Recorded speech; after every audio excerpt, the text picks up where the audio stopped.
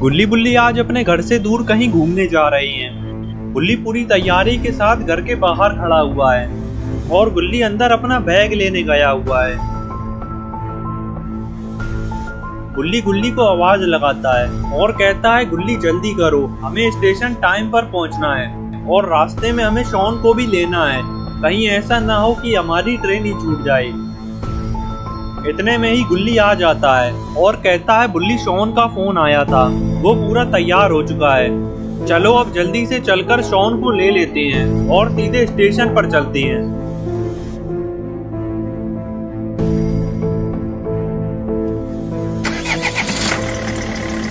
गुल्ली बुल्ली गाड़ी में बैठकर शॉन के घर की तरफ निकल जाती हैं।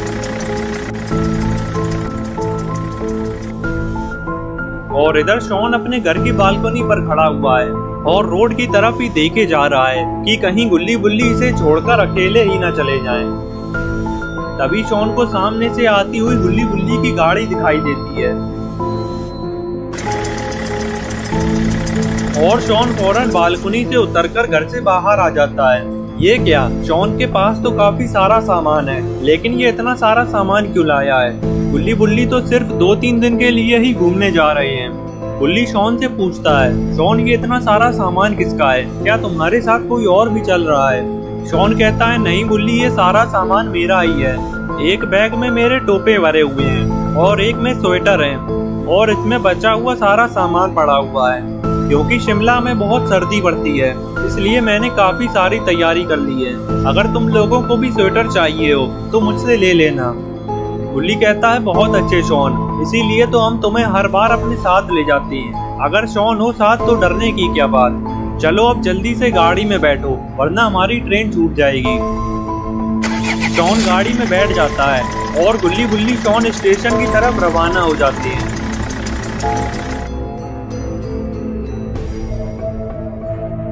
थोड़ी देर में ही गुल्ली बुल्ली और शॉन स्टेशन पर पहुंच जाते हैं। गुल्ली गाड़ी को साइड में रोक देता है और गुल्ली और शॉन अपना अपना सामान गाड़ी में से उतार लेते हैं। गुल्ली कहता है, तुम दोनों चलो, मैं गाड़ी को पार्किंग पर लगा कर आता हूँ। और फिर गुल्ली गाड़ी को पार्किंग पर लगाने के लिए चला जाता है और गुल्ली और शॉन स्टेशन के अंदर की तरफ जाने लगते हैं।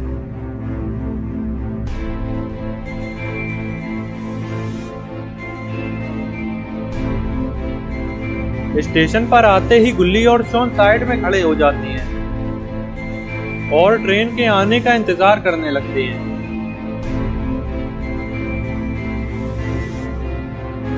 इतने में ही गुल्ली गाड़ी को पार्क करके आ जाता है और गुल्ली और शॉन से कहता है, तुम लोग उधर कहाँ देख रहे हो? ट्रेन तो इस तरफ से आने वाली है। और वो देखो, ट्रेन आ भी गई है।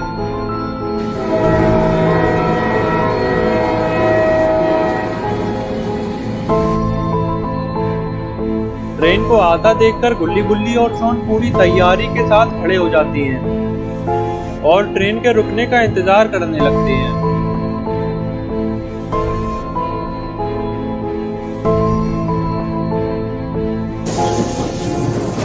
ट्रेन के रुकते ही गुल्ली बुल्ली और शॉन तीनों ट्रेन पर चढ़ जाते हैं।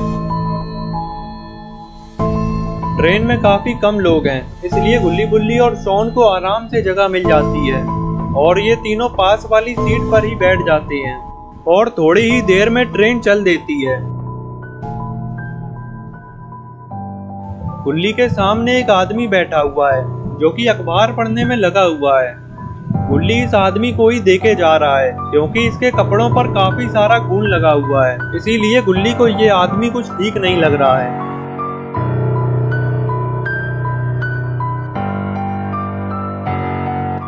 अरे ये तो जैब द किलर है, लेकिन ये यहाँ पर क्या कर रहा है? कहीं ये गुल्ली बुल्ली को मारने तो नहीं आया? लेकिन जैब द किलर तो गुल्ली बुल्ली को जानता भी नहीं है और ना ही गुल्ली बुल्ली जैब द किलर को जानती है। फिर आखिर जैब यहाँ पर करने क्या आया है? गुल्ली बुल्ली और शॉन जब जैब का चेहरा देखते हैं तो ये और ज्यादा घबरा जाते हैं क्योंकि जैब का चेहरा काफी डरावना लग रहा है और इसके सारे कपड़ों पर भी खून लगा हुआ है। तभी जैब अपनी जेब से अपना मोबाइल निकालता है और मोबाइल पर किसी आदमी का फोटो देखने लगता है लेकिन जेफ इस आदमी का फोटो क्यों देख रहा है? कहीं जेफ इस आदमी को इसी ट्रेन पर मारने तो नहीं आया है? तभी बुल्ली शॉन को एक इशारा करता है और शॉन फौरन ही समझ जाता है कि बुल्ली शॉन को जेफ के मोबाइल में देखने के लिए कह रहा है। और फिर शॉन जेफ के मोबाइल में झांकने लगता है, लेकिन तभी जेफ अपना मोबाइल बंद कर देता है और यहाँ से उठकर जाने लगता है। जेफ के यहाँ से जाते ही बुल्ली शॉन से पूछता है, शॉन क्या हुआ? वो आदमी मोबाइल पर क्या कर रहा था? शॉन बताता है, बुल्ली शायद वो किसी का फोटो देख रहा था।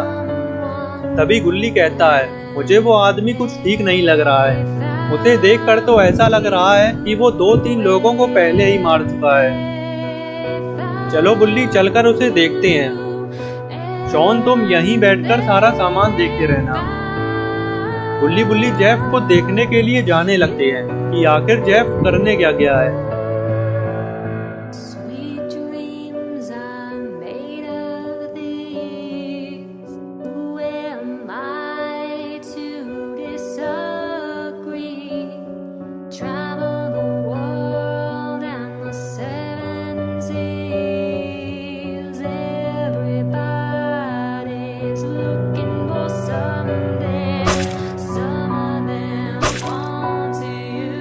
अरे ये क्या? जेफ ने तो इस आदमी को मार दिया है जिसकी ये कुछ देर पहले मोबाइल पर फोटो देख रहा था।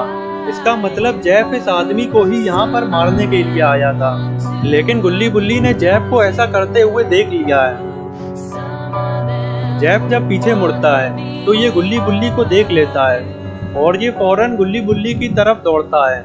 बुल्ली जब जेफ को आता देखते हैं तो ये भी जेफ से बचकर भागने लगते हैं, क्योंकि बुल्ली ने जेफ को खून करते हुए देख लिया है। इसीलिए अब जेफ बुल्ली को भी मार कर ही रहेगा, क्योंकि जेफ अपने किए गए कामों का एक भी सबूत नहीं छोड़ता है। इधर शॉन जब बुल्ली के पीछे जेफ का किलर को आता हुआ देखता है तो शॉन भी बुल्ली के साथ भागने लगता है। अरे ये क्या? आगे तो कहीं जाने का रास्ता ही नहीं है। लगता है बुल्ली और शॉन ट्रेन के बिल्कुल आखिर तक पहुंच गए हैं और जेफ द किलर भी बिल्कुल बुल्ली और शॉन के पास में ही आ चुका है।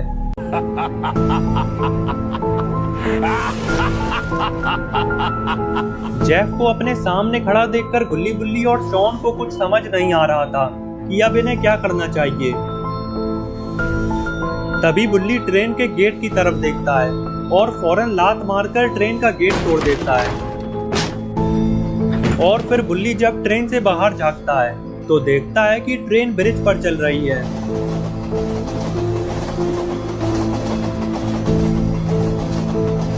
और बुल्ली जब ट्रेन के आगे देखता है तो बुल्ली को आगे एक नदी दिखाई देती है।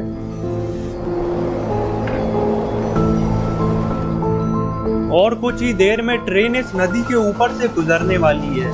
नदी देखते ही बुल्ली के दिमाग में तुरंत एक आइडिया आ जाता है। बुल्ली पलटकर गुल्ली और शॉन की तरफ देखता है तो गुल्ली बुल्ली से कहता है, बुल्ली इतनी ऊंचाई से कूदने की सोचना भी मत। अगर हम इतनी ऊंचाई से कूदेंगे तो बच नहीं पाएंगे। और शॉन कहता है, हाँ बुल्ली, इतनी ऊंचाई से कूदना ठीक नहीं है और वैसे भी मुझे ऊंचाई से बहुत डर लगता है। जेफ द किलर जब बुल्ली और शॉन की बातें सुनता है तो ये जोर जोर से हंसने लगता है। और गुल्ली और शॉन से कहता है, अगर तुम दोनों को कूदने में डर लग रहा है तो बारी बारी से मेरे पास आ जाओ, मैं तुम दोनों का डर खत्म कर दूंगा। और फिर जेफ बुल्ली की तरफ हाथ करते हुए बुल्ली से कहता है, अगर तुम्हें कूदना है तो तुम कूद जाओ, क्योंकि इतनी ऊंचाई से कूद कर तुम बच नहीं पाओगे और तुम्हारे कूदते ही मैं इन दोनों को भी मार दूंगा। लेकिन बुल्ली जेफ की बातों पर ज्यादा ध्यान नहीं देता है और वापस ट्रेन से बाहर जागता है तो बुल्ली देखता है कि ट्रेन बिल्कुल नदी के पास आ गई है और ट्रेन से कूदने का ये सबसे सही मौका है। बुल्ली फौरन पलटकर गुल्ली और शॉन से कहता है, तुम लोग बिल्कुल मत डरो, हमें कुछ नहीं होगा, अब जल्दी मेरे साथ कूदो। और इतना कहते ही बुल्ली ट्रेन से कूद जाता है। गुल्ली और शॉन भी ट्रेन से कूदने के लिए जल्दी से आगे बढ़ते हैं और जेफ को अपनी तरफ आता देखकर शॉन अपना हैट उतारकर जेफ के मुंह पर मार देता है, जिससे जेफ इनके पीछे नहीं आ पाता है और गुल्ली और शॉन भी जेफ से बचकर ट्रेन से कूद जाते हैं। जेफ देखता है कि गुल्ली बुल्ली और शॉन तो ट्रेन से कूद गए और फिर जेफ फौरन ट्रेन के गेट से नीचे झांकता है और तब जाकर जेफ को अपनी गलती का एहसास होता है, क्योंकि अभी तक जेफ को ऐसा लग रहा था कि ये तीनों इतनी ऊंचाई से कूदकर बच नहीं पाएंगे। लेकिन जेफ को कहाँ पता था कि नीचे एक नदी भी है जिसमें कूदकर गुल्ली बुल्ली और शॉन बच गए हैं। लेकिन अब जेफ इनके पीछे नहीं कूद सकता है, क्योंकि अब नदी काफी पीछे निकल गई है और अगर जेफ अब कूदेगा तो इसकी हड्डी पसली एक हो जाएंगी।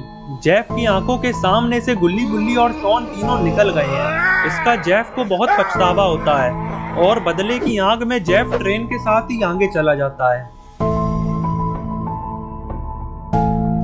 इधर गुल्ली बुल्ली और शॉन तैरकर नदी में से बाहर आ जाती है।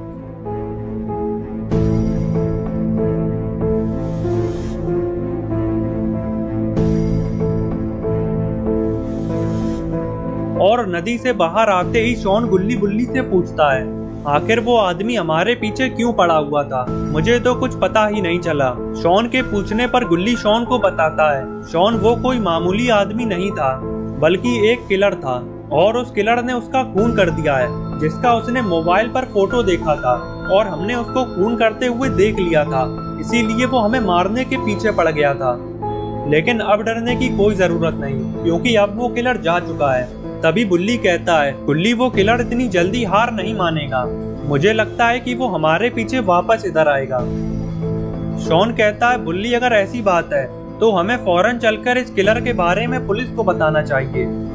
गुल्ली कहता है, शॉन ये बात तुम ठीक कह रहे हो, लेकिन हमें तो ये भी नहीं पता है कि हम किस जगह पर हैं और हमारे चारों तरफ तो जंगल ही जंगल है। सबसे पहले हमें इस जंगल से बाहर निकलना होगा, पता नहीं ये जंगल कितना बड़ा होगा। बुल्ली कहता है, चलो हमें आगे चलकर देखना चाहिए, शायद हमें जंगल से निकलने का कोई रास्ता दिख जाए।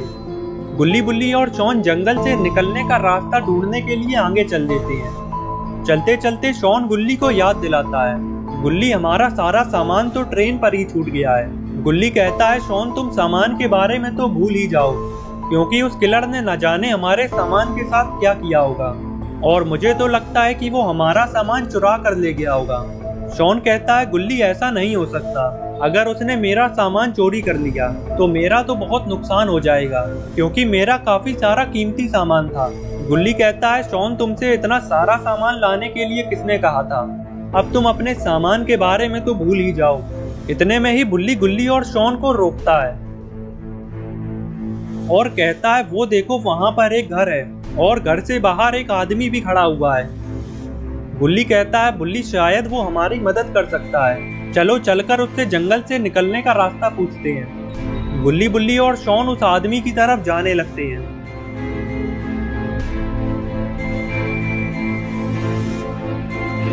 इधर ये आदमी जब गुल्ली बुल्ली और शॉन को देखता है तो ये कहता है कि तुम लोग इस जंगल में क्या कर रहे हो? पता नहीं है कि रात को इस जंगल में घूमना खतरे से खाली नहीं है। तब बुल्ली इस आदमी को बताता है कि हम इस जंगल में कैसे आए और फिर गुल्ली इससे जंगल से निकलने का रास्ता पूछता है। तो ये गुल्ली को बताता है कि ये जंगल बहुत बड़ा है और रात में इस जंगल से जाना ठीक नहीं है, इसलिए मैं सुबह तुम तीनों को जंगल से बाहर छोड़ दूंगा और अगर तुम तीनों चाहो तो रात के लिए मेरे घर पर रुक सकते हो। गुल्ली बुल्ली और शॉन को इसकी बात ठीक लगती है और ये तीनों इसकी बात मान लेते हैं और फिर ये आदमी गुल्ली बुल्ली और शॉन को घर के अंदर ले जाने लगता है और गुल्ली बुल्ली और शॉन इसके साथ घर के अंदर चले जाते हैं।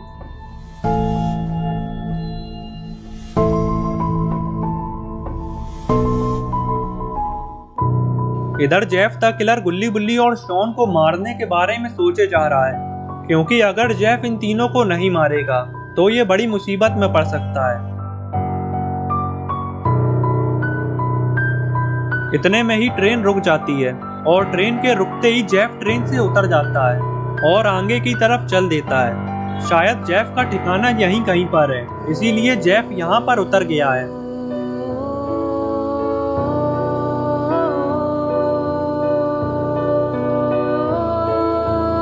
थोड़े आगे चलते ही जेफ एक जगह पर रुककर खड़ा हो जाता है और फिर जेफ अंदर जाने लगता है। अब आगे जेफ शटर खोलता है तो देखता है कि यहाँ पर जेसन बैठा हुआ है और बैठे बैठे जेसन अपने पुराने दिनों को याद कर रहा है, जब गुल्ली बुल्ली ने जेसन को बाबा से बहुत पिटवाया था। तभी पीछे से जेफ अपना चाकू फेंककर इस आदमी की फोटो पर मारता है, जिसका ये अभी खून करके आया है। ये देखते ही खूनी जेसन खड़ा हो जाता है और पीछे मुड़कर जेफ द किलर को देखता है और कहता है, तो क्या इसका मतलब मैं ये समझूं कि जो काम मैंने तुम्हें दिया था वो पूरा हो चुका है।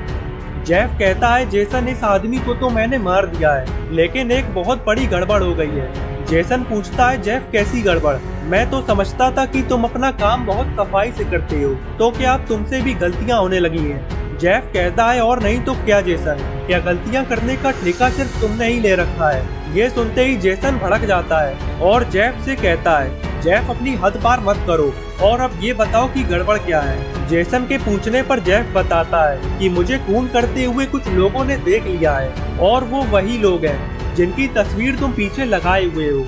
ये सुनते ही जेसन खुश हो जाता है और कहता है, वाह जेफ, फिर तो तुमने उन्हें मार ही दिया होगा, क्योंकि तुम तो अपने रास्ते में आने वाले हर इंसान को मार देते हो। जेफ कहता है, जेसन ज्यादा खुश होने की जरूरत नहीं है, तुम्हारा सारा काम बस बैठे बैठे ही नहीं हो जाएगा। बुरी खबर तो ये है कि वो तीनों मेरे हाथ से निकल गए हैं। ये सुनते ही जेसन को बहुत गुस्सा आ जाता है और जेसन फौरन अपना कुल्हाड़ा उठा लेता है और सोफे पर लात मारकर सोफा पलट देता है। ये देखकर जेफ द किलर जेसन से कहता है, जेसन अपना गुस्सा कहीं और जाकर निकालो, ये सामान तुम्हारे बाप का नहीं है, ये सब मैंने बहुत मेहनत से लूटा है। जेफ की इस बात पर जेसन जेफ से कहता है, जेफ अब तुम ज्यादा बोल रहे हो, कहीं ऐसा ना हो कि मेरा कुल्हाड़ा अभी तुम्हारे ऊपर ही चल जाए। तभी जेफ द किलर जोर जोर से हंसने लगता है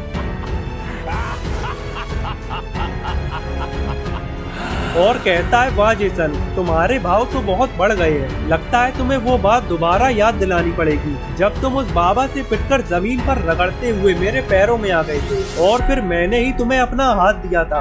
ये सुनकर जेसन को वो बात याद आ जाती है जब वो बाबा से पिटकर जमीन से उठ भी नहीं पा रहा था और रगड़ते हुए आगे चला जा रहा था। और तभी उसे जेफ द किलर मिला और जेफ जेसन को अपने साथ ले गया।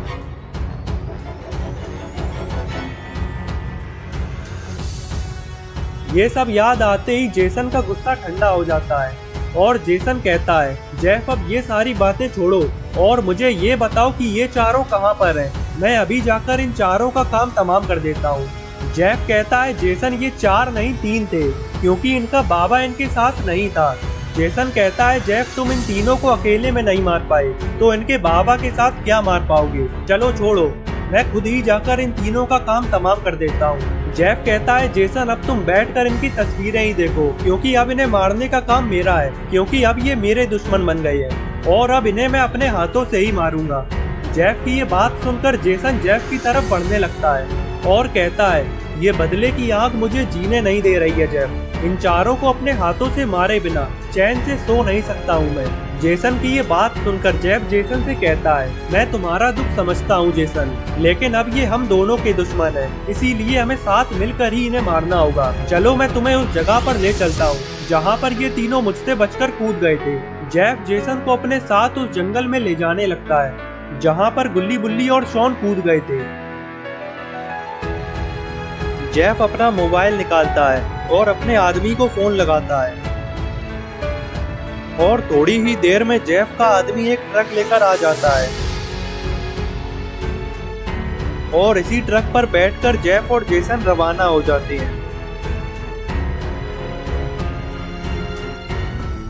इधर घर का मालिक गुल्ली बुल्ली और शॉन को लेकर अंदर आ जाता है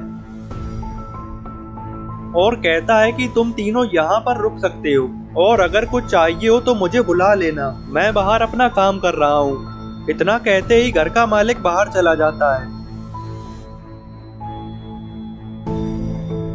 और गुल्ली बुल्ली और शॉन यहीं पर ही बैठ जाते हैं। इधर जेफ और जेसन इस जंगल में पहुंच जाते हैं और जेफ ट्रक को चलाता हुआ नदी के पास ले आता है और जेफ जेसन को बताता है, जेसन वो ब्रिज देख रहे हो, वो तीनों उसी ब्रिज से इस नदी में कूद गए थे। जेसन कहता है जेफ इतने बड़े जंगल में वो तीनों पैदल कहीं नहीं जा पाएंगे, चलो पूरे जंगल में उन्हें ढूंढते हैं, कहीं ना कहीं तो वो तीनों मिल ही जाएंगे। जेसन की बात सुनकर जेफ ट्रक को आगे ले जाने लगता है। थोड़े आगे चलते ही जेसन को वो घर दिखाई देता है। जेसन जेफ को बताता है और जेफ से उस घर के पास चलने को कहता है। जेसन की बात सुनकर जेफ फौरन ट्रक मोड़कर उस घर की तरफ ले जाने लगता है। इधर घर का मालिक अपना काम कर रहा था, तभी इसे पीछे से ट्रक आने की आवाज लगती है और ये फौरन पीछे मुड़कर देखता है। जेसन के हाथ में कुल्हाड़ा देखकर घर का मालिक बहुत डर जाता है और ये फौरन घर के अंदर की तरफ भागता है, लेकिन तभी जेसन अपना कुल्हाड़ा फेंक कर घर के दरवाजे पर मार देता है और चिल्लाकर इस घर के मालिक से कहता है, अगर एक कदम भी आगे बढ़ाया तो तुम अपनी जान से हाथ धो बैठोगे। जेसन की इस धमकी से घर का मालिक डर जाता है और पीछे मुड़कर जेफ और जेसन की तरफ देखने लगता है। अंदर गुल्ली बुल्ली और शॉन आराम से लेटे हुए थे, लेकिन बाहर इतनी हलचल सुनकर बुल्ली गुल्ली से कहता है, गुल्ली जरा खिड़की से बाहर देखो, आखिर बाहर कौन आया है। गुल्ली खिड़की के पास जाता है और खिड़की से बाहर देखने लगता है। जैसे ही गुल्ली बाहर जेफ और जेसन को देखता है, गुल्ली के तो होश उड़ जाते हैं। गुल्ली जल्दी से बुल्ली और शॉन को बताता है कि बाहर वो किलर आ गया है और वो अपने साथ खूनी जेसन को भी लाया है। खूनी जेसन का नाम सुनकर बुल्ली गुल्ली से कहता है, गुल्ली खूनी जेसन तो बाबा के हाथों मारा गया था, फिर आखिर वो कैसे आ सकता है। गुल्ली कहता है, बुल्ली ये सब मैं नहीं जानता, बाहर वो किलर और खूनी जेसन दोनों आ चुकी हैं और मुझे तो ऐसा लगता है कि ये दोनों मिले हुए हैं। इधर जेफ और जेसन इस आदमी के पास आ जाते हैं और जेफ इससे कहता है कि तुम्हें हमसे डरने की कोई जरूरत नहीं, क्योंकि हम तुम्हें मारने नहीं आए हैं। तभी घर का मालिक कहता है कि फिर आखिर तुम लोगों को मुझसे क्या चाहिए, मेरे पास तुम्हें देने के लिए कुछ नहीं है। तभी जेसन कहता है कि हमें तुमसे कुछ नहीं चाहिए, बस तुम हमें इतना बता दो कि क्या तुमने इस जंगल में 3 लोगों को देखा है, और याद रखना अगर झूठ बोला तो छोड़ूंगा नहीं। जेसन की ये बात सुनकर घर का मालिक ये समझ जाता है कि जेफ और जेसन गुल्ली बुल्ली और शॉन को ही ढूंढ रहे हैं, तो ये जेफ और जेसन से झूठ बोल देता है कि मैंने 3 लोगों को कहीं नहीं देखा, मैं कब से यहीं पर काम कर रहा हूँ, लेकिन मुझे कोई नहीं दिखा और अब तुम लोग यहाँ से जा सकते हो क्योंकि वो तीनों यहाँ पर नहीं है। तभी जेसन जेफ की तरफ देखता है और जेफ जेसन से कहता है, जेसन मुझे इसकी बातों पर यकीन नहीं है, तुम अंदर जाकर अच्छे से देख कर आओ और अगर वो तीनों अंदर हुए तो ये मेरे हाथों से नहीं बचेगा। जेफ की बात सुनकर जेसन घर के अंदर जाने लगता है, लेकिन तभी घर का मालिक जेसन को रोकता है और कहता है कि मैंने तुम्हें पहले ही बता दिया है कि अंदर कोई नहीं है, फिर तुम अंदर किसे देखने जा रहे हो। लेकिन जेसन इसकी एक नहीं सुनता और घर के अंदर चला जाता है।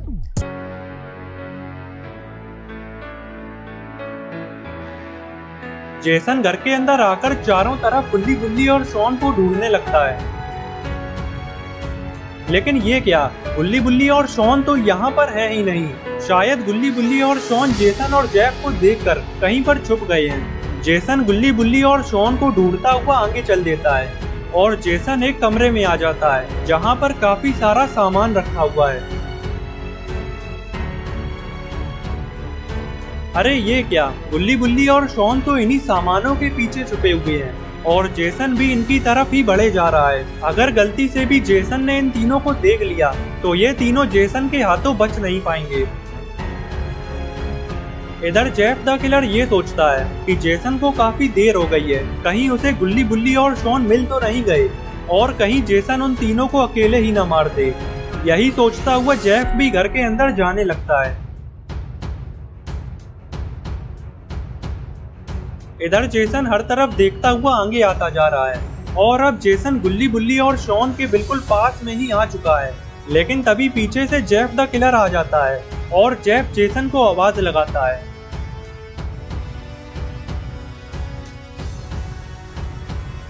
और जेसन से कहता है, जेसन वो तीनों तुम्हें अभी तक नहीं मिले, तो इसका मतलब वो तीनों यहाँ पर नहीं है। चलो आ जाओ, हम उन तीनों को कहीं और चलकर ढूंढते हैं। जेफ की बात सुनकर जेसन भी जेफ के साथ जाने लगता है। इधर घर का मालिक ये सोचे जा रहा है कि कहीं जेफ और जेसन को गुल्ली बुल्ली और शॉन मिल तो नहीं गए, क्योंकि अगर जेफ और जेसन को वो तीनों अंदर मिल गए तो इसका मरना तय है, क्योंकि इसने जेफ और जेसन से झूठ बोल दिया था। यही सोचकर घर का मालिक यहाँ से भागने लगता है और घर की दीवार के पीछे आकर छुप जाता है। तभी घर का मालिक देखता है कि जेसन और जेफ घर के बाहर आ गए हैं और अपने ट्रक की तरफ बढ़ने लगते हैं। और फिर जेफ और जेसन अपने ट्रक पर बैठकर यहाँ से जाने लगते हैं। घर का मालिक जैसे ही देखता है कि जेसन और जेफ यहाँ से चले गए हैं, तो ये फौरन दौड़ता हुआ घर के अंदर जाता है। अंदर आते ही घर का मालिक गुल्ली बुल्ली और शॉन को देखता है, तो ये समझ जाता है कि ये तीनों कहीं पर छुप गए थे, इसीलिए जेफ और जेसन इन्हें नहीं देख पाए और यहाँ से चले गए। तभी बुल्ली घर के मालिक से कहता है कि हमारी वजह से तुम मुसीबत में पड़ गए, इसीलिए हम यहाँ पर और नहीं रुकना चाहते, हम अभी यहाँ से जा रहे हैं। घर का मालिक कहता है कि तुमने तो मेरे मुंह की बात छीन ली, मैं भी तुम तीनों से यही कहने आ रहा था। चलो अब अपना सामान पैक कर लो, क्योंकि मैं अभी तुम तीनों को जंगल से बाहर छोड़ कर आऊंगा। तभी शॉन कहता है कि हमारे पास तो कोई सामान ही नहीं है, फिर क्या हम तुम्हारा सामान पैक कर लें। घर का मालिक कहता है कि चलो अब जल्दी से मेरे पीछे आओ।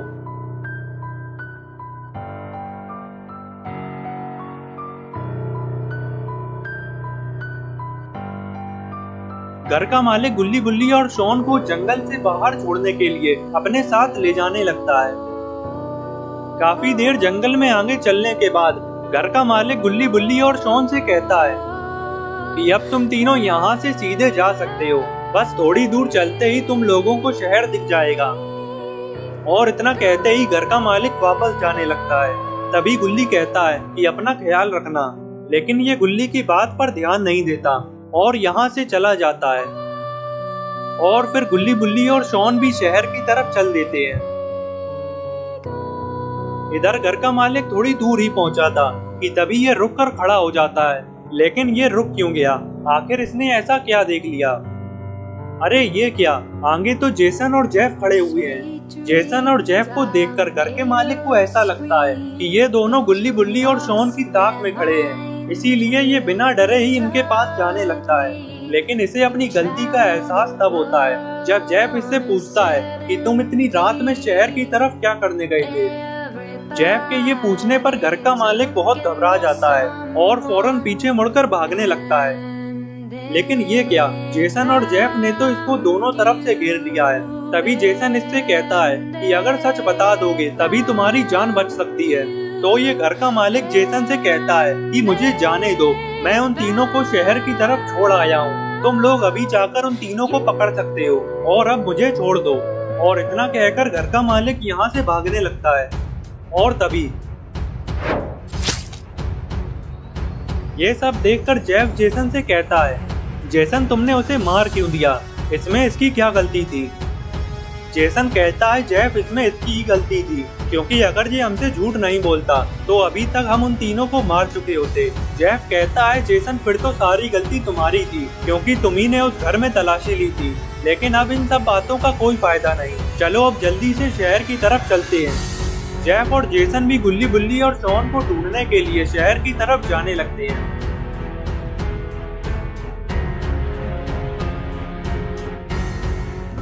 इधर गुल्ली बुल्ली और शॉन शहर में आ चुके हैं और अब आगे ही चलते जा रहे हैं। तभी शॉन गुल्ली बुल्ली से पूछता है कि आखिर हम जा कहाँ रहे हैं। तो गुल्ली शॉन को बताता है कि फिलहाल हमें पुलिस स्टेशन चलना होगा, क्योंकि वो दोनों खूनी तो हमारे पीछे ही पड़ गए हैं, तो पहले हमें उनसे पीछा छुड़ाना होगा।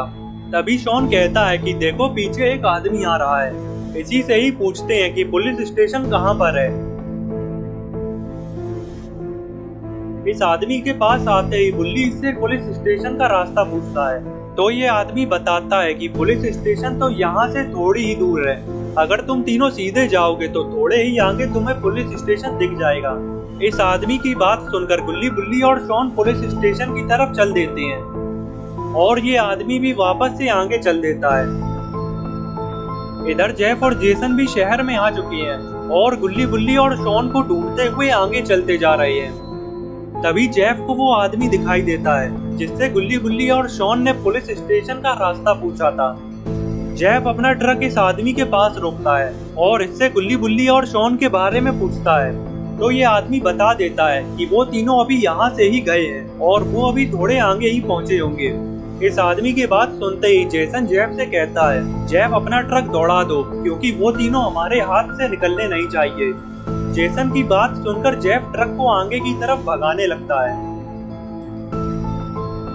इधर गुल्ली बुल्ली और शॉन आगे चलते जा रहे हैं। तभी ये चलते चलते रुक जाते हैं और आखिर गुल्ली बुल्ली और शॉन पुलिस स्टेशन पहुंच जाती है। लेकिन तभी गुल्ली बुल्ली और शॉन को पीछे से ट्रक की आवाज लगती है और ये तीनों पीछे मुड़कर देखने लगते हैं। अरे ये क्या, जेफ और जेसन ने तो गुल्ली बुल्ली और शॉन को देख लिया है। जेफ और जेसन को देखते ही गुल्ली बुल्ली और शॉन पुलिस स्टेशन के अंदर भागते हैं और इधर जेफ और जेसन भी इनके पीछे इधर ही आ जाते हैं, इसमें ही आकर रुक जाते हैं।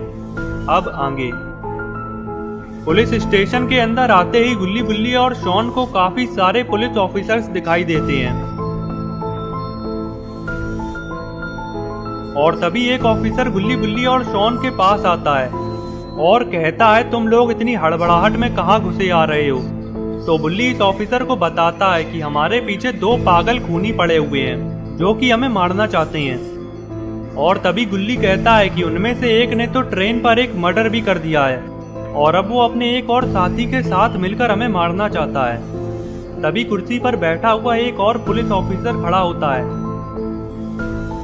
और गुल्ली बुल्ली और शॉन से कहता है कि अब तुम लोगों को डरने की कोई जरूरत नहीं, क्योंकि अब तुम लोग मेरे पुलिस स्टेशन में आ चुके हो और यहाँ पर तुम लोगों का कोई बाल भी बाका नहीं कर सकता। तभी शॉन कहता है कि ऑफिसर आप उन्हें हल्के में मत लो, क्योंकि वो दोनों खूनी बहुत खतरनाक हैं और उनमें से एक तो कुल्हाड़ा चलाने में बहुत एक्सपर्ट है। पिछली बार उसने उसी कुल्हाड़े से 2 पुलिस ऑफिसर को मारा था। ये बात सुनते ही पुलिस ऑफिसर को बहुत गुस्सा आ जाता है और ये कहता है कि अब तुम लोग उस बेंच पर जाकर बैठ जाओ, क्योंकि अब अगर वो दोनों खूनी यहाँ पर आ गए तो पहले मैं उनका एनकाउंटर करूंगा और बाद में इन सलाखों के पीछे डाल दूंगा। पुलिस ऑफिसर की ये बात सुनकर गुल्ली बुल्ली और शॉन को सुकून मिलता है और ये तीनों जाकर बेंच पर बैठ जाते हैं।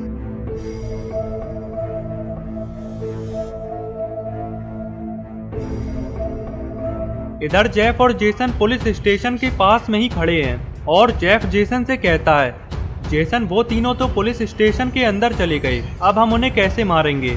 जेसन कहता है, जेफ इसमें सोचना क्या है, वो तीनों उस पुलिस स्टेशन के अंदर हैं और हम उन्हें वहीं जाकर मारेंगे। जेफ कहता है, जेसन तुम पागल हो गए हो, अगर हम पुलिस स्टेशन में जाकर उन्हें मारेंगे तो पुलिस भी हमारे पीछे लग जाएगी और फिर हमारा जीना बहुत मुश्किल हो जाएगा। जेसन कहता है, जेफ मैं ये सब नहीं जानता, वो तीनों उस पुलिस स्टेशन के अंदर हैं और मैं उन्हें मारने जा रहा हूँ। जेफ जेसन को बहुत रोकने की कोशिश करता है लेकिन जेसन नहीं रुकता और जेसन पुलिस स्टेशन की तरफ बढ़ने लगता है।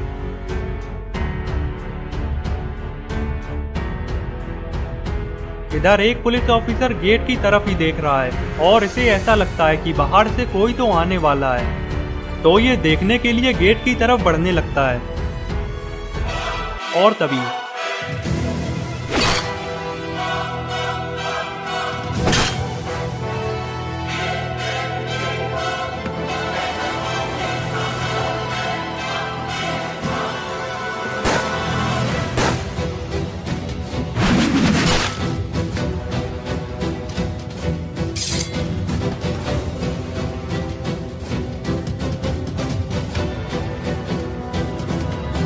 जेसन आते ही सारे पुलिस ऑफिसर्स को मार देता है और ये देखते ही गुल्ली बुल्ली और शॉन पुलिस स्टेशन के बाहर भागते हैं। इधर जेफ द किलर भी पुलिस स्टेशन की तरफ आ रहा था, लेकिन तभी जेफ गुल्ली बुल्ली और शॉन को यहाँ से भागते हुए देख लेता है और जेफ फौरन अपना ट्रक निकालता है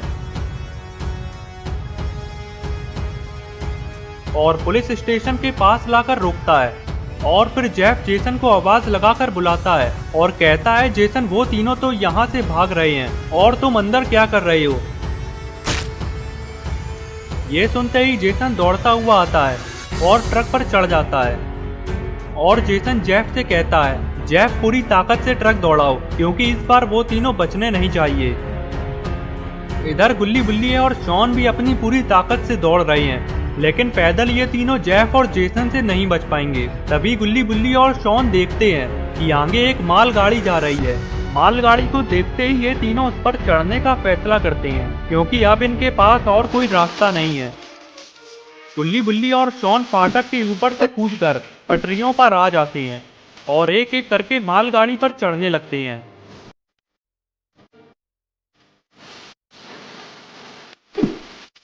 इधर जेफ और जेसन भी फाटक को तोड़कर मालगाड़ी के पीछे लग जाते हैं। जेसन कहता है, जेफ ट्रक को थोड़ा पास में ले चलो, मैं इस मालगाड़ी पर चढ़ सकता हूँ। जेसन की बात सुनकर जेफ ट्रक को मालगाड़ी के पास ले जाने की कोशिश करता है और तभी जेफ और जेसन का ट्रक खंबे में ठुक जाता है और गुल्ली बुल्ली और शॉन मालगाड़ी के साथ ही आगे निकल जाते हैं। इधर जेसन को बहुत गुस्सा आता है क्योंकि जेसन के हाथ से एक बार फिर गुल्ली बुल्ली और शॉन निकल गए हैं। इधर गुल्ली बुल्ली और शॉन मालगाड़ी में बैठे बैठे सो जाते हैं, लेकिन तभी बुल्ली की आंख खुलती है और बुल्ली देखता है कि सामने तो खूनी जेसन खड़ा हुआ है। खूनी जेसन गुल्ली बुल्ली और शॉन की तरफ बढ़ता है और एक एक करके इन्हें मारने लगता है। गुल्ली और शॉन को मारने के बाद खूनी जेसन बुल्ली की तरफ बढ़ने लगता है। अरे ये क्या, ये तो बुल्ली का सपना था, लेकिन बुल्ली का ये सपना कभी भी सच हो सकता है क्योंकि जेफ और जेसन इन्हें किसी भी वक्त ढूंढ सकते हैं। बुल्ली देखता है कि मालगाड़ी तो रुकी खड़ी है। बुल्ली फौरन खड़ा हो जाता है और जल्दी से गुल्ली और शॉन को उठाता है और कहता है कि मुझे यहाँ पर रुकना बिल्कुल ठीक नहीं लग रहा है, चलो जल्दी से यहाँ से निकलते हैं। गुल्ली बुल्ली और शॉन मालगाड़ी से उतर जाते हैं और इधर उधर देखने लगते हैं। तभी बुल्ली कुछ ऐसा देख लेता है जिसे देखकर बुल्ली की तो जान ही निकल जाती है। अरे ये क्या, पीछे तो जेफ और जेसन है जो कि गुल्ली बुल्ली और शॉन को ढूंढते हुए इधर ही आ रहे हैं। और ये क्या, जेसन ने तो गुल्ली बुल्ली और शॉन को देख लिया है। गुल्ली बुल्ली और शॉन को देखते ही जेसन और जेफ इनकी तरफ दौड़ते हैं। गुल्ली बुल्ली और शॉन भी जेफ और जेसन को देखकर वापस से मालगाड़ी पर चढ़ने लगते हैं। गुल्ली और बुल्ली तो मालगाड़ी पर चढ़ जाते हैं, लेकिन शॉन का पैर फंस जाता है जिससे शॉन यहीं पर गिर जाता है। इधर जेसन और जेफ भी शॉन के बिल्कुल पास में ही पहुंच गए हैं। शॉन वापस से उठकर भागता है और गुल्ली शॉन के लिए हाथ आगे बढ़ाता है और कहता है, शॉन मेरा हाथ पकड़ो। शॉन गुल्ली का हाथ पकड़ने के लिए छलांग मारता है, लेकिन तभी जेसन भी पीछे से छलांग मार देता है और जेसन शॉन को पकड़ लेता है। इधर गुल्ली बुल्ली देखते हैं कि जेसन ने शॉन को पकड़ लिया है। तभी बुल्ली गुल्ली से कहता है कि गुल्ली जल्दी से ट्रेन से कूदो, हमें शॉन को बचाना होगा। गुल्ली कहता है, बुल्ली आ जाओ मेरे पीछे। गुल्ली और बुल्ली दोनों ही मालगाड़ी के दूसरी तरफ से कूद जाते हैं जिससे कि जेफ और जेसन इन्हें नहीं देख पाए और फिर गुल्ली बुल्ली एक बड़े से पत्थर के पीछे आकर छुप जाते हैं और जेफ और जेसन की तरफ देखने लगते हैं। इधर शॉन जमीन पर गिरा हुआ था और जेफ और जेसन भी शॉन के पास में ही खड़े हुए थे। तभी शॉन खड़ा होने लगता है और शॉन को उठता हुआ देखकर जेसन शॉन को लात मारकर वापस से गिरा देता है और फिर जेसन शॉन को मारना चालू कर देता है। इधर गुल्ली और बुल्ली भी ये सब देख रहे हैं और शॉन को जेसन से पिटता हुआ देखकर गुल्ली बुल्ली को बहुत ही बुरा लग रहा है। तभी बुल्ली को गुस्सा आ जाता है और बुल्ली तुरंत खड़ा हो जाता है और गुल्ली से कहने लगता है, गुल्ली अब चाहे कुछ भी हो जाए मैं शॉन को बचाने जा रहा हूँ। बुल्ली की बात सुनते ही गुल्ली कहता है, बुल्ली अगर हम अभी जाएंगे तो वो दोनों खूनी हमें भी पकड़ लेंगे और अगर हम तीनों पकड़ गए तो हम तीनों को कौन बचाएगा और बाबा को कौन बताएगा कि हम कितनी बड़ी मुसीबत में पड़े हैं। इसीलिए हमें एक सही मौके का इंतजार करना होगा। बुल्ली की बात सुनकर बुल्ली को भी समझ आ जाता है कि अभी जेफ और जेसन के सामने जाना खतरे से खाली नहीं है। अरे ये क्या, जेसन तो शॉन को कुल्हाड़े से मारने जा रहा है। जेफ द किलर ये देखते ही जेसन के पास आता है और जेसन को रोक देता है। और कहता है जेसन इसे अभी मत मारो, क्योंकि अगर तुम इसे अभी मार दोगे तो हम इसके और 2 साथियों को कभी नहीं पकड़ पाएंगे, क्योंकि वो मालगाड़ी के साथ न जाने कहां निकल गए हैं। जेसन कहता है जेफ तुम सही कह रहे हो, हम इसके जरिए उन दोनों को भी पकड़ सकते हैं और फिर इन तीनों का एक साथ खेल खत्म कर सकते हैं। जेफ कहता है चलो जेसन हम इसको अपने अड्डे पर ले चलते हैं और वहीं पर इसकी अच्छे से खातिरदारी करेंगे। जेसन शॉन को उठा लेता है और जेफ और जेसन शॉन को अपने साथ ले जाने लगते हैं। इधर गुल्ली और बुल्ली जैसे ही देखते हैं कि जेफ और जेसन तो शॉन को कहीं पर ले जा रहे हैं, तो ये दोनों फौरन जेफ और जेसन का पीछा करने लगते हैं। अभी गुल्ली बुल्ली थोड़े आगे ही आए थे कि तभी ये देखते हैं कि जेफ और जेसन ने तो सड़क पर खड़ी हुई एक जीप को स्टार्ट कर दिया है और दोनों उसी जीप पर बैठकर यहाँ से जा रहे हैं। गुल्ली बुल्ली जैसे ही ये देखते हैं तो ये फौरन जीप का पीछा करने लगते हैं, लेकिन इसका कोई फायदा नहीं होता क्योंकि जीप बड़ी रफ्तार के साथ आगे निकल जाती है और फिर गुल्ली बुल्ली यहीं पर रुक जाते हैं। तभी बुल्ली कहता है कि गुल्ली वो दोनों खूनी तो शॉन को न जाने कहां ले गए, अब हम शॉन को कैसे बचाएंगे। गुल्ली कहता है बुल्ली अब हम कुछ नहीं कर सकते, हमें अब जल्दी से बाबा को फोन मिलाना होगा क्योंकि अब इस मामले में बाबा ही हमारी मदद कर सकते हैं। गुल्ली की बात सुनते ही बुल्ली फौरन अपना मोबाइल निकालता है और बाबा को फोन लगाने लगता है। बुल्ली को बार बार फोन लगाते देखकर गुल्ली पूछता है क्या हुआ बुल्ली, क्या बाबा का फोन नहीं लग रहा। गुल्ली बताता है हाँ गुल्ली बाबा का तो फोन ही नहीं लग रहा है, अब हम क्या करेंगे। गुल्ली कहता है बुल्ली बाबा को फोन लगाते रहो क्योंकि हमारे पास इसके अलावा और कोई रास्ता नहीं है। गुल्ली की बात सुनते ही बुल्ली दोबारा से बाबा को फोन मिलाने लगता है और गुल्ली बुल्ली बाबा को फोन लगाते हुए आगे की तरफ जाने लगते हैं।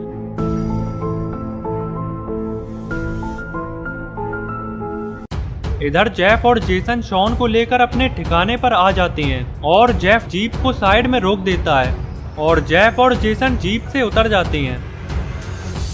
तभी जेसन कहता है कि जेफ हम अपने पुराने ठिकाने पर क्यों नहीं चले।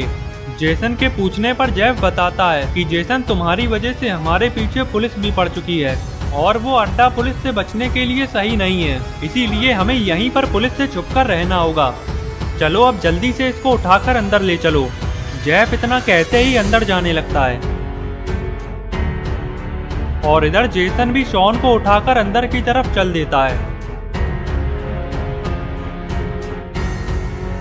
अंदर आते ही जेफ अपने आदमियों को आवाज लगाता है और तभी एक आदमी जेफ के पास आ जाता है। जेफ शॉन की तरफ हाथ करते हुए अपने आदमी से कहने लगता है कि इसको उठाकर यहाँ से ले जाओ और उस कमरे में ले जाकर बंद कर दो और याद रखना ये किसी भी कीमत पर यहाँ से फरार नहीं होना चाहिए। जेफ का आदमी शॉन को उठाकर उस कमरे में ले जाने लगता है। इधर जेसन जेफ से पूछता है कि जेफ अब हम इसका क्या करने वाले हैं, हम इसके जरिए इसके और 2 साथियों को कैसे पकड़ेंगे। जेसन के पूछने पर जेफ बताता है कि सबसे पहले हमें इसके बाकी 2 साथियों का फोन नंबर पता करना होगा और फिर फोन करके उन दोनों को भी यहाँ पर बुला लेंगे और फिर इन तीनों को एक साथ मारेंगे। जेफ की बात सुनकर जेसन बहुत खुश हो जाता है और जेसन कहता है जेफ ये आइडिया तो बहुत ही बढ़िया है, इससे हम बड़ी आसानी से इन तीनों को मार सकते हैं। जेफ बोला चलो जेसन आ जाओ हम कमरे में चलते हैं और उसके साथियों का फोन नंबर पता करते हैं। जेफ और जेसन गुल्ली बुल्ली का फोन नंबर पता करने के लिए शॉन के पास जाने लगते हैं।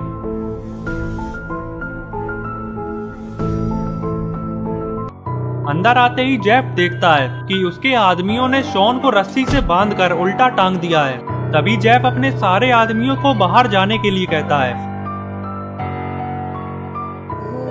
और फिर जेफ और जेसन शॉन के पास आ जाते हैं और जेफ शॉन से गुल्ली बुल्ली का फोन नंबर पूछता है और कहता है अगर नंबर नहीं बताया तो जेसन तुम्हें मार मार के तुम्हारी हालत खराब कर देगा। जेफ की बात सुनते ही शॉन ये समझ जाता है कि जेफ और जेसन गुल्ली बुल्ली का फोन नंबर लेकर गुल्ली बुल्ली को भी यहाँ पर बुला लेंगे और अपने जाल में फंसाकर गुल्ली बुल्ली को भी पकड़ लेंगे, इसीलिए शॉन नंबर बताने से साफ इनकार कर देता है और कहता है कि चाहे कुछ भी कर लो मैं गुल्ली बुल्ली का नंबर नहीं बताऊंगा। शॉन की बात सुनते ही जेफ ये समझ जाता है कि अब इसे क्या करना है और फिर जेफ जेसन से कहता है कि जेसन तुम 2 मिनट के लिए बाहर चले जाओ, मैं 2 मिनट में इससे नंबर पूछकर बाहर आता हूँ। जेफ की बात सुनकर जेसन कमरे से बाहर जाने लगता है।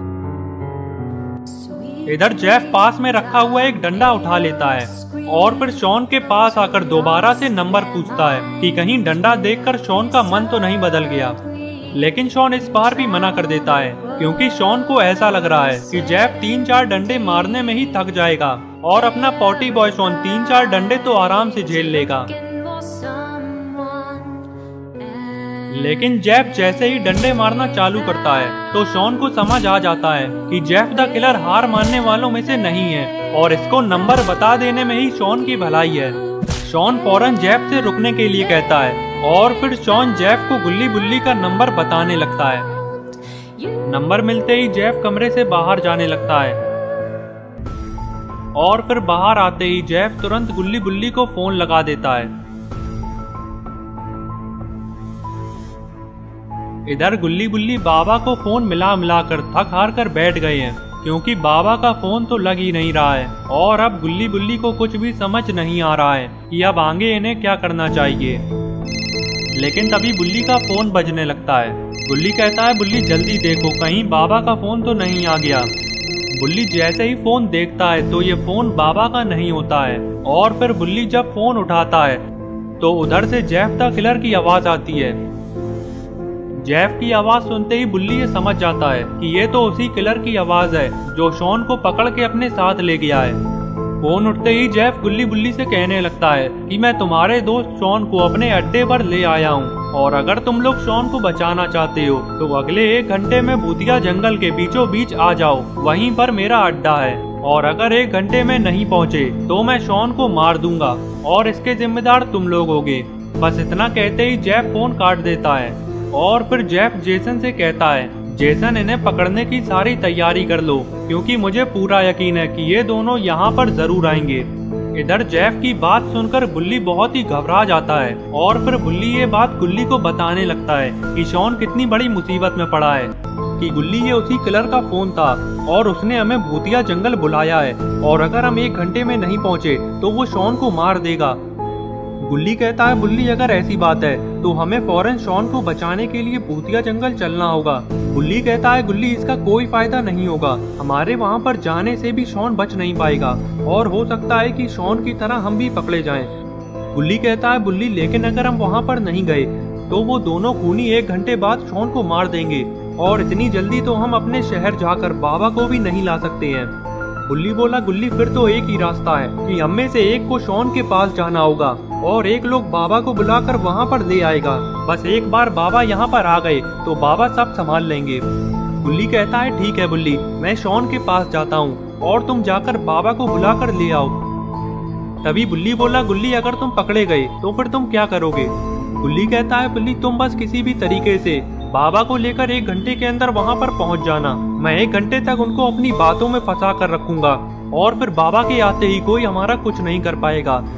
बुल्ली कहता है गुल्ली फिर जल्दी से चलो, हमारे पास टाइम बहुत कम है। बुल्ली जल्दी से बाबा को बुलाने के लिए जाने लगता है और गुल्ली शॉन के पास भूतिया जंगल की तरफ निकल जाता है। इधर जेफ और जेसन ने शॉन को रस्सी से बांधकर कुर्सी पर बैठा दिया है और अब जेफ और जेसन गुल्ली और बुल्ली के आने का इंतजार कर रहे हैं। तभी जेफ अपने सारे आदमियों से कहता है कि अच्छे से हर तरफ तैनात हो जाओ और अगर कहीं से भी वो दोनों आते हुए दिखाई दें तो फौरन उन्हें चारों तरफ से घेर लेना। जेफ के कहने पर सारे आदमी तैनात हो जाते हैं और फिर गुल्ली बुल्ली के आने का इंतजार करने लगते हैं।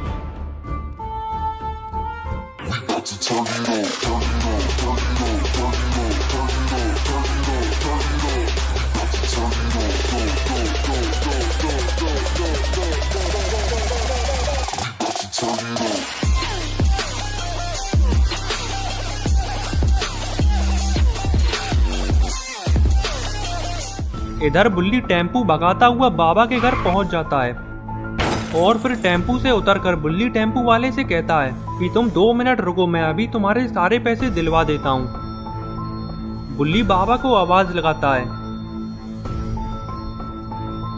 बुल्ली की आवाज सुनते ही बाबा कसरत छोड़कर उठकर बैठ जाते हैं और बुल्ली को देखते ही बाबा बहुत खुश हो जाते हैं और फिर बाबा बुल्ली के पास आ जाते हैं। बुल्ली कहता है, बाबा इस टेम्पू वाले को भाड़ा दे दिए, मेरे पास इसे देने के लिए पैसे नहीं है। बाबा तुरंत अपनी जेब से 500 का नोट निकालते हैं और वो भी पुराना वाला, और बाबा इस टेम्पू वाले को 500 का नोट दे देते हैं। टेम्पू वाला 500 का नोट देखते ही नया पुराना सब भूल जाता है और 500 का नोट अपनी जेब में डालकर यहाँ से निकल जाता है।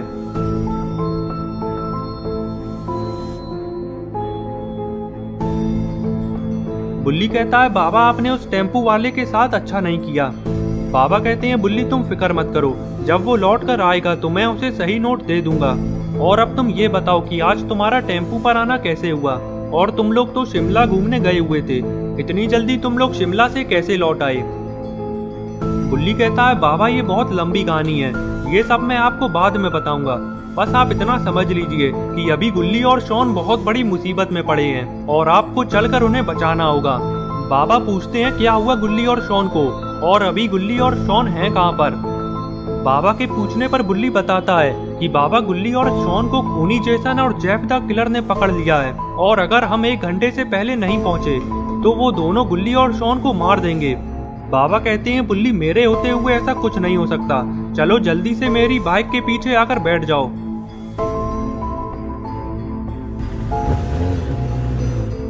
बुल्ली बाबा के साथ बाइक पर बैठ जाता है और फिर बाबा बाइक भगाने लगते हैं।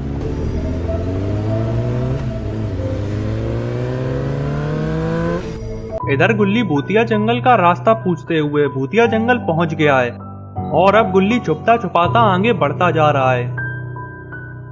थोड़े आगे चलते ही गुल्ली को एक पुरानी सी बिल्डिंग दिखाई देती है। गुल्ली फौरन झाड़ियों के पीछे आकर छुप जाता है और फिर गुल्ली देखता है कि बिल्डिंग के बाहर काफी सारे आदमी खड़े हुए हैं। गुल्ली ये सब देखते ही समझ जाता है कि हो ना हो शॉन इस बिल्डिंग के अंदर ही है और ये आदमी गुल्ली और बुल्ली को पकड़ने के लिए ही खड़े हैं। अरे ये क्या, गुल्ली तो पकड़ा गया।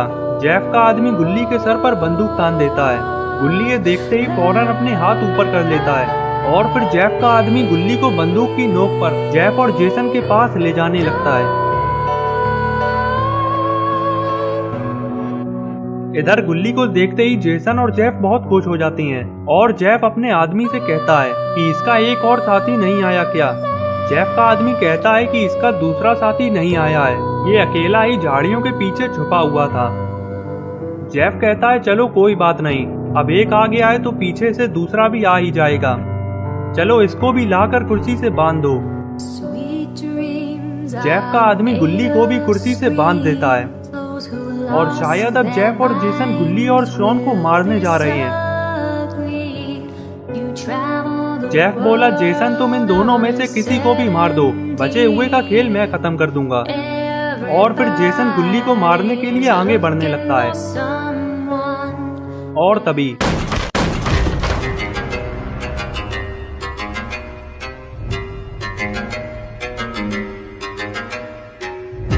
बाबा को देखते ही जेसन और जेफ को एक बड़ा सा झटका लगता है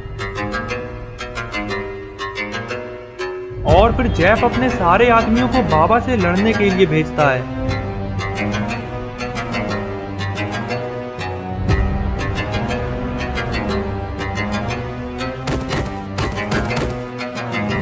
बाबा एक ही बार में जेफ के सारे आदमियों को ढेर कर देते हैं और ये देखते ही खूनी जेसन बाबा से लड़ने के लिए आगे आता है।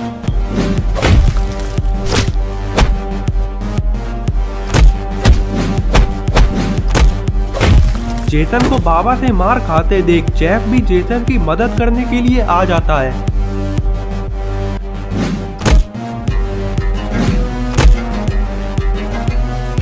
मौके का फायदा उठाते हुए बुल्ली गुल्ली और शॉन के पास आ जाता है और गुल्ली और शॉन की रस्सियां खोल देता है।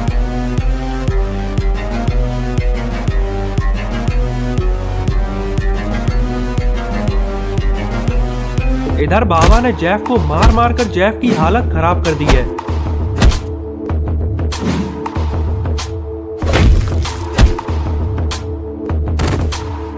बाबा से मार खाकर जेसन और जेफ जमीन से उठ भी नहीं पा रहे हैं। और ये क्या, बाबा ने तो जेसन का कुल्हाड़ा अपने हाथ में ले लिया है। शायद अब बाबा जेसन और जेफ का खेल खत्म करने वाले हैं।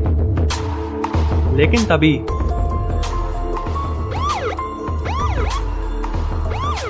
एंड वक्त में यहाँ पर पुलिस पहुंच जाती है और पुलिस बाबा से कहती है, कानून अपने हाथ में मत लो बाबा, पुलिस यहाँ पर आ चुकी है, सब लोग पीछे हट जाओ और हमें अपना काम करने दो।